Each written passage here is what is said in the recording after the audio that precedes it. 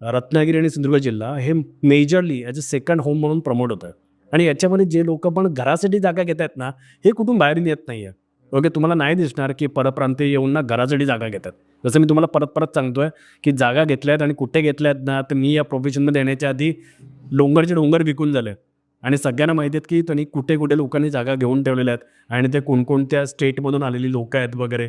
So तो एक वेगळाच सब्जेक्ट आहे. माझं कार्यक्षेत्र मी कसं म्हटलं की मी क्लिअर आहे. ओके, माझा सबस्क्रायबर बेस काय आहे? माझा सबस्क्रायबर्स मी मराठीमधून व्लॉगिंग करतो. मी मराठीमधून व्हिडिओ बनवतो. माझे व्हिडिओ बघतात कोण? मराठी माणसं. आणि रत्नागिरी आणि सिंधुदुर्ग जिल्ह्यामध्ये त्यांना घर हवं आहे. ओके, तर मी काय फक्त करतोय प्लॉटिंगमधले म्हणजे जे पण आत्तापर्यंत मी जे पण डेव्हलपरबरोबर काम केलेलं आहे. ओके, राणे कोण आहेत? Marathi developer. Okay, Tendulkar Marathi developer, Sawant Marathi developer, Gaonkar Marathi developer, Kshirsagar Marathi developer. Okay, Sasmit Marathi developer परत एकदा. ओके, राऊत म्हणून आहेत ते. मराठी डेव्हलपर. आता मी कोकणातल्याच मराठी डेव्हलपर बरोबर काम करतोय.